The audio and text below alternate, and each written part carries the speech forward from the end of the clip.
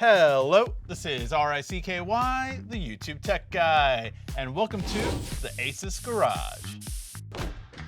Here we'll be putting together the best high-end rigs to fit your needs. In today's episode, we're going to be focusing on giving you the best rig for the extreme gamers in your life. My guest today is a PC enthusiast and a hardcore gamer who's really looking forward to getting a brand new build centered around the 13900 KS CPU and an RTX 4090 ASUS GPU. Please welcome Ethan Woods. Hello, hello. Oh, there's so many awesome looking toys on this desk. We definitely have a lot here to play with. So Ethan, how long have you been building PCs? I actually started during 2020 when everybody was on lockdown. What is the most recent rig you've built lately? Back in March, I actually built a streaming rig because on my main gaming rig, I wanted to be able to stream and game, but the performance was suffering exponentially. So I had the main gaming rig for playing games on, and then the streaming rig so it can do all the streaming work. As of right now, you have two builds, so what is gonna be the biggest upgrade, noticeable difference you're gonna see, you think, from currently with two computers to going now to one with a lot higher end components? I'm seeing upgrades across the board. We have DDR5 RAM, a 4090. Like the 4090 alone, the smoothness, the way the game's gonna play, the graphics will look insane. Being able to do both at the same time on one computer is more feasible now, right? More feasible, and I have more desk space instead of it being taken up by two computers. All right, so let's get into today's build. Here are the components we'll be using. Let's start off with the ROG Hyperion case. This is the GR701 case. This is a beefy case made with its two-way aluminum GPU built-in holders. There's built-in GPU holders. Not needing to add it later. No You're sag, good. no need for GPU brackets. No. But before we get to opening this, let's go ahead and talk about the GPU that obviously everyone is looking at right now. 4090.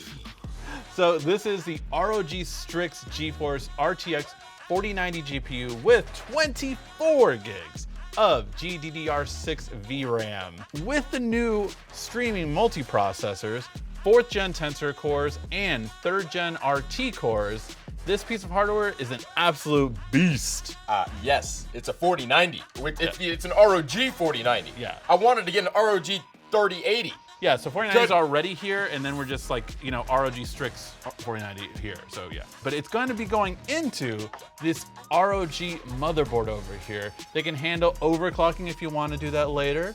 This one is going to be the ROG Maximus Z790 Extreme motherboard. Oh, extreme. Now, 790 is perfect for overclocking, so really great for that. This has incredible power delivery and the cooling that's going to allow you to reach 6 gigahertz with this 13th gen Intel Core. 6? Not overclocked, not even overclocked. This CPU Wait, can get base clock 6. Turbo, but yes, it can without even getting to that. That's insane. We're not even overclocking at 6 gigahertz. That's wild. So gives you an idea of how much fun stuff we can do later. There's a lot of fun stuff to do we're gonna later. try to reach that 6 gigahertz when we boot this up later in the video. See if we can get there. Oh, I'm here for it. And to keep that CPU nice and cool when reaching that 6 gigahertz, we're going to use this bad boy right here. It looks very clean looking. The ROG Ryu 3 360 all-in-one liquid CPU cooler. Excellent cooling capability and a great looking component to make sure this build has the aesthetic pleasing to match all this power. Everything just looks really good. I just want to put it together. So I know you're excited to get to the build, so let's go ahead and just list all the other components we use to fill out this build. And let's get started. So sick. We got Thor! This is easily the biggest power supply I have ever held. Look at this radiator, right? Look at that size comparison. Falls. You have a built-in screwdriver.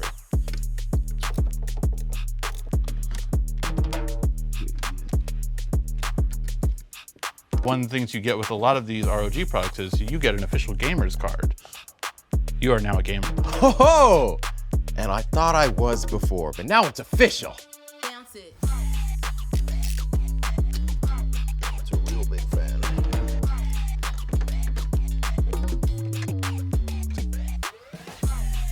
And then turn it.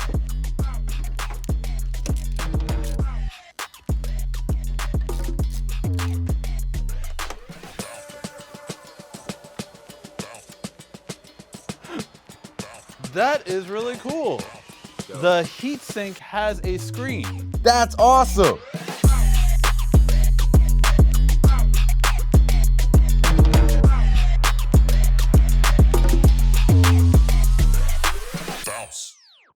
All right, guys, the build is all set up. This looks absolutely beautiful, and now we are gonna be testing out to see what exactly it can do. I'm excited. So first off, we ran a few benchmarks, and then we're gonna be doing some gaming. We're gonna test to see how much of a gaming enthusiast Ethan really I'm putting everything on max. I'm on hardest difficulty. Okay. Let's go ahead and show them the benchmarks this product did, and it's insane. Remember, none of these are even overclocked. None of these are even doing all the tweaks that we can, push it to the limits. This is just out of the box. So, Geekbench score. Ethan, what is that? Because I can't believe that score, to be honest. It's a ridiculously large number. It's Geekbench score of 355,022. I have never seen them go into the hundreds of thousands that high. That's like, insane. Like I didn't first register the number when I saw that. I was like, okay, 35. My brain said 35K, and then I was like, wait, no, there's an extra digit. Yeah, no. we got 6 355. figures with this, and then we move on to the second part of our Geekbench one, which is a single core and a multi-core. And this scoring is really well off as well. So first off, let's start off with the single core for the CPU, and that is going to be at 2,214, but then the multi-thread. I mean, this is where all of those things, the hyper-threading, everything comes into play with the CPU. And that one for the multi-score is, Ethan? A 23,490. Nice. All around, we are getting a really great performance from it. But now we really want to put it to another GPU test, which is really going to tell us how it stacks up and how it compares to everything else. And now we have the Time Spy score from 3D Mark. And this one really, again, is very, very impressive. Okay, so with this one, we had an insane overall score of 33,132 with a graphical score of 37,114 and a CPU score of 20,607. Guys, this is pinnacle, right? This is insane. It's just like, this is wild. It is just impressive how much overall this is comparing to a lot of other systems out there. And this is in its base form. Yeah. Base form. And then let's go into Cinebench, which does give us first our single core score of 2,331. This is a really interesting one just because of how much higher it is, again, compared to past things. We have on here an 11th gen i7 going for about almost half of that, 1,532. So you can really tell just how much it's exponentially gone up. Again, this is not turboed. This is base out of the box. So it's going at 3.19 gigahertz. Really impressive with that, and just, yeah, overall an amazing showing for the single core. But the multi-core is, again, even better. This one is going at 38,873, getting close to that 40,000 range, which is, again, very impressive to see how far it really is. And let's see how it compares to other ones there. I mean, we're talking more than Threadrippers in some of these cases. So it really is showing you just how much more powerful overall this really stands out when it comes to synthetic benchmarks. And that is, of course, what we're talking about here, right? Synthetic benchmarks that we're testing out to test out the silicone that's in here. But I think we all want to see how it performs on everyday tasks like gaming. I very much want to see. I mean, these numbers say a lot. I want to throw it on a game and see how beautiful it looks. So let's go ahead and play the game, crank every setting all the way up to the top. Maximum! And we have this beautiful ASUS monitor here, which is going to give us a 1440p resolution at over 240 hertz refresh rate. So we have a great monitor to set up and play with, and really, let's go ahead and see how it does and how Ethan does. I'm excited. All right, Ethan, so what game are we playing here today? We are playing Halo Infinite with HD content pack installed, all the graphics maxed out with ray tracing on maximum or high, whatever the highest setting allows. And one thing I just want to point out before we leave this area is that look at the VRAM usage, right? Like 8 gigs would typically max out a lot of GPUs. I think that would actually consume all the VRAM in my GPU at home. There you go. But this, it's like not even halfway. It's like, oh yeah, you said all that to me? That's nice. You're not even halfway through ours. But now let's get started and let's see Ethan's gaming prowess. Or lack thereof. We'll have to wait and see. This looks so good. Look at the sky. Look at the solar. Oh, this looks so good. Solar flare. Oh my God, this looks amazing. 120 frames right now. 120. With everything maxed out, and it looks so good. And this is at 1440p with everything set to max. But now let's see as you move in action. Going around. We're moving towards in a nearby encampment. Okay. All right. Still steady at like 119, 120 FPS. Oh, that's a ghost. And it's on Legendary. It's on Legendary. And I was not using cover effectively, nor was I remembering all of my button presses.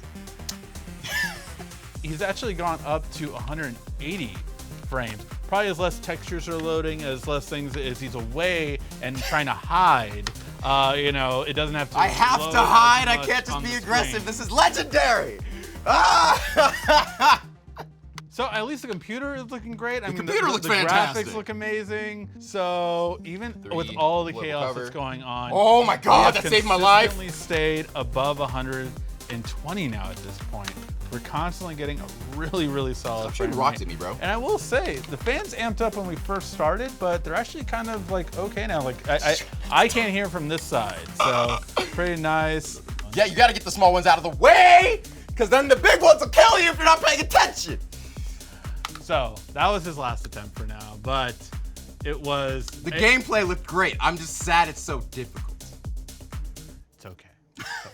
All right, guys, we put together an amazing build here at the ASUS Garage. Ethan, what are your thoughts?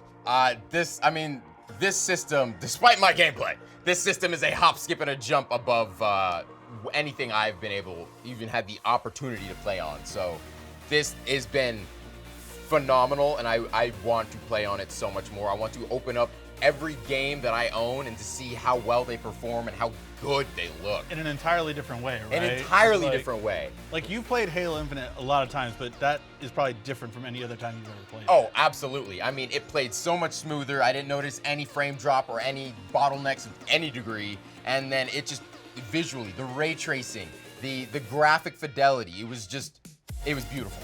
It was beautiful. And the thing I'll say is, building this computer, I really saw so many little touches that ASUS puts into just all of their hardware. From their motherboard having a screen on top of the heatsink, to you having a screwdriver built into the hidden cover. So it's just like all these different things. So the PSU actually telling your wattage. Like, this is just all really cool extra things that you get from this. And I would say probably one of my favorite things in this build is so minute is the little GPU bracket. Right? Just the built-in GPU bracket, because some of these GPUs are so big, you just slide it in, bam, perfect. Now there's no sagging, it's just nicely level. It's just awesome. Just all the little touches make it all the better. If you want to put together a build as awesome as this one, be sure to head to asus.com/US for the latest deals and more information on these components.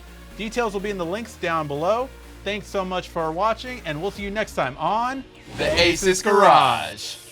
So I can play more, right? Like off camera, because you saw it firsthand. I play better off camera, less pressure. I can just chill and kill things. I think you had your time. But it's right here. Now it's my turn. You know, I get to play. Oh, fine.